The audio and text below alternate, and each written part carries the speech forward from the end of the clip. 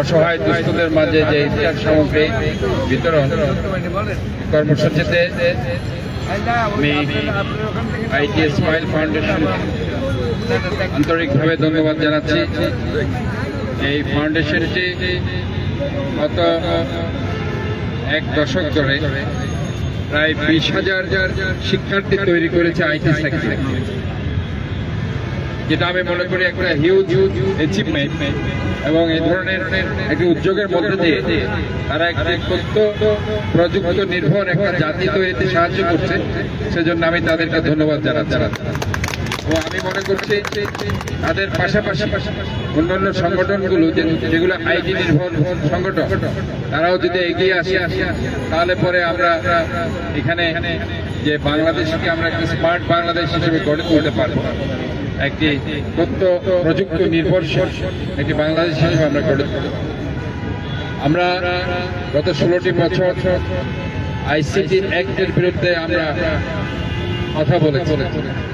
আমরা বলেছি যে আইনগুলো করা হয়েছে জনগণের বিরুদ্ধে, সে আইনগুলোকে সংশোধন করতে হবে। আমরা আইসিটি অ্যাক্টের বিরুদ্ধে কথা বলেছি। আমরা অন্যান্য আইন যেগুলো অভিশংসন আইন, যেগুলো আপনার দায়মুক্তি আইন, সেগুলোর বিরুদ্ধে আমরা কথা বলেছি। কাজে আমরা 16টি বছর আমরা মানুষের মৌলিক অধিকার, গণতান্ত্রিক অধিকার রক্ষার সংগ্রামে কাজ করেছি।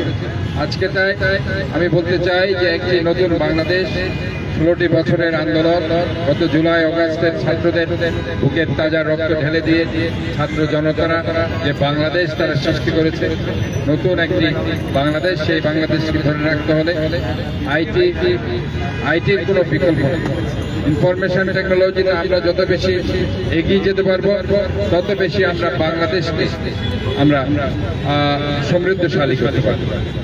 তাই আজকে আমি জিএমআইটি এবং স্মাইল ফাউন্ডেশনের উদ্যোগকে আমি স্বাগত জানাচ্ছি। এবং আজকে যে ইফতার মাহফিলের তারা আজকে আয়োজন করেছে, আমি বলতে চাই শুধু একটি দিন নয়, পুরা মাসব্যাপী তারা যাতে এই আয়োজনটি করতে পারে এবং এই ধরনের তাদের মনোমানসিকতা আমি দেখতে পাচ্ছি। এবং আগামী বছর তাদেরকে এই ধরনের উদ্যোগ নিয়ে আসার জন্য আমি আহ্বান জানাচ্ছি। এই ব্যাপারে আমার পক্ষ থেকে যে কোনো সার্বিক সহযোগিতা আমি তাদেরকে করে যাব।